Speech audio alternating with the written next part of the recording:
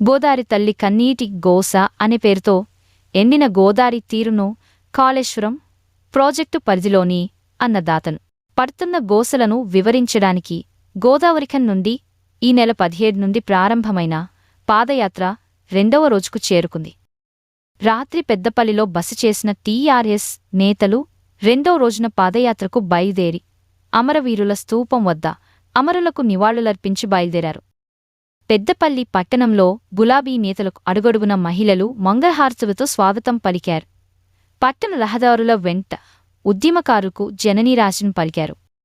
ఈ సందర్భంగా రామగుండం మాజీ ఎమ్మెల్యే కోరుకంటిచందర్ మాట్లాడుతూ అబద్ధపు ప్రచారాలతో కాంగ్రెస్ ప్రభుత్వం కాళేశ్వరం ప్రాజెక్టుని ఎడారిగా మార్చి అన్నదాతలను ఇబ్బందులకు గురిచేస్తుందని పేర్కొన్నారు. కేసీఆర్పై అక్కసుతో కాంగ్రెస్ ప్రభుత్వ పెద్దలు కాళేశ్వరం ప్రాజెక్టుని ఎండబెట్టారని ఆవేదన వ్యక్తం చేశారు.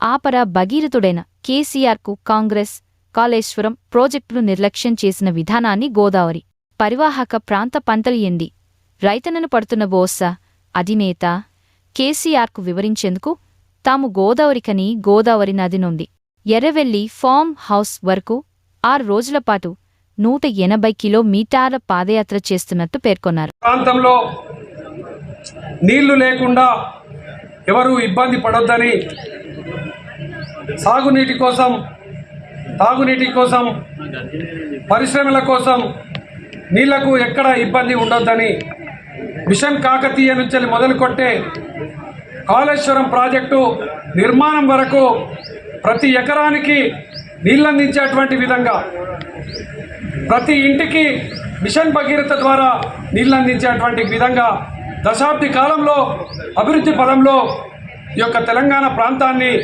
భారతదేశంలో అగ్ర రాష్ట్రంగా తీర్చిదిద్దడం కోసం కృషి చేస్తున్నటువంటి క్రమంలో ఈ ప్రాంతంలో ఉన్నటువంటి ప్రజలందరూ కూడా సుఖ సంతోషాలతోని, పచ్చదనంతోని పంటలన్నీ కూడా వెలిసిల్లుతున్నటువంటి సందర్భంలో కాంగ్రెస్ పార్టీకి సంబంధించినటువంటి నాయకులు ఎన్నికల సందర్భంలో అనేక అబద్ధపు ప్రచారాలు చేసి ఎన్నికలలో మోసపూరితమైనటువంటి మాటలతోని ప్రజలను మోసం చేసి అధికారంలోకి వచ్చినారు.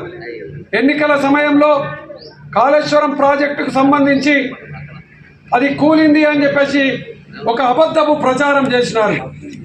ఆ ఒక్క అబద్ధపు ప్రచారాన్ని ప్రజలు నమ్మిండ్రు.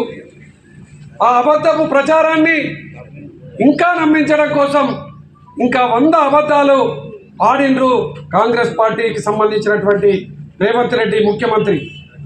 ఇవాళ గోదావరి నిండుకుండలా ఉండే కేసీఆర్ గారు ముఖ్యమంత్రిగా ఉన్నప్పుడు ఈరోజు ఎండిపోయింది గోదావరి. కాళేశ్వరం ప్రాజెక్టులో ఒక పిల్లరు ప్రాబ్లం వచ్చిందంటే 15 నెలలైంది. ఒక పిల్లర్ను రిపేర్ చేయలేనటువంటి దుస్థితిలో వీళ్ళ పరిపాలన ఉన్నది అని అంటే, అందుకోసమే ఇలా ఎండిపోయింది గోదావరి.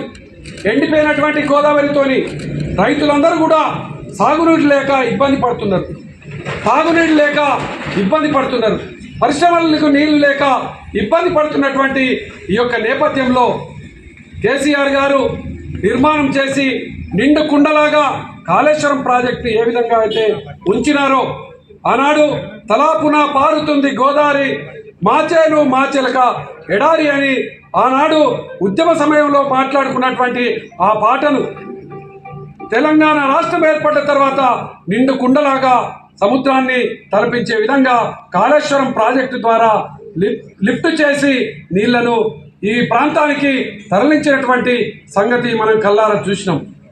లిఫ్ట్ చేయడానికి అవకాశం ఉన్నా కూడా లిఫ్ట్ చేయకపోగా ఇలా పొలాలన్నీ ఎండిపోయినాయి. అందుకోసమే కేసీఆర్ గారు ఏ విధంగా అయితే లిఫ్ట్ చేసి తెలంగాణ ప్రాంతాన్ని సస్యశ్యామలం చేసిండ్రో, ఈ యొక్క కాంగ్రెస్ ప్రభుత్వం వెంటనే నిన్నటికి నిన్న ఉత్తమ్ కుమార్ రెడ్డి కూడా కాళేశ్వరం ప్రాజెక్టులో ఎటువంటి డిఫికల్ట్స్ లేవు, సేఫ్గా ఉన్నది కాళేశ్వరం ప్రాజెక్టు అని ఇలా చెప్పినటువంటి సందర్భంలో వెంటనే లిఫ్ట్ ద్వారా గోదావరిని నిండు కుండలాగా మళ్ళీ చేయాలని డిమాండ్ చేస్తూ ఈ యొక్క మహాపాదయాత్ర కొనసాగుతూ ఉన్నది. గ్రామ గ్రామాన ఇలా నీళ్ల కోసం ఉద్యమాలు మొదలైనవి. ఇది నీళ్ల కోసం చేస్తున్నటువంటి ఉద్యమం. ప్రజలారా, ఈ యొక్క ప్రాంతంలో ఉన్నటువంటి ప్రజాప్రతినిధులను తప్పకుండా ప్రశ్నించండి. ఈ యొక్క నీళ్లను ప్రతి ఇంటికి, ప్రతి ఎకరానికి అందించేటువంటి విధంగా ఇలా ఉద్యమాలు చేయాల్సినటువంటి సందర్భం వచ్చింది. ఈ సందర్భంగా ఈ ప్రభుత్వానికి ఇప్పటికైనా కనువిప్పు కావాలి. కేసీఆర్ గారి గొప్పతనాన్ని ఇలా చెప్పుకుంటూ ఈ యొక్క గోదావరిని లిఫ్ట్ ద్వారా నింపాలని కూడా ఈ సందర్భంగా మేము కోరుతా ఉన్నాం. జై తెలంగాణ. పాదయాత్ర పూర్తి చేసినాం. స్వరూప గార్డెన్లో రాత్రి నిద్ర చేసి ఈరోజు మళ్ళీ 35 కిలోమీటర్లు ఇలా నడవబోతున్నాం. మొత్తము 180 కిలోమీటర్ల మహాపాదయాత్ర. ఈ మహాపాదయాత్ర దీనికి మద్దతుగా వచ్చినటువంటి ప్రతి ఒక్కరికి కూడా కృతజ్ఞతలు తెలియజేస్తా ఉన్నాం. పాత్రికేయ మిత్రులు, ఎలక్ట్రానిక్ ప్రింట్ మీడియా మిత్రులకు ప్రత్యేకమైనటువంటి కృతజ్ఞతలు ఈ సందర్భంగా తెలియజేస్తా ఉన్నాం.